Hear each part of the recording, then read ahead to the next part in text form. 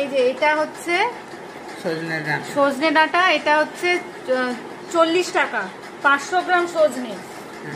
এটা capsicum 500 capsicum 40 টাকা। এটা একটা লাউ আছে, এটা একটা লাউ আছে, লাউটা পড়ে যাচ্ছে, লাউটা 30 টাকা।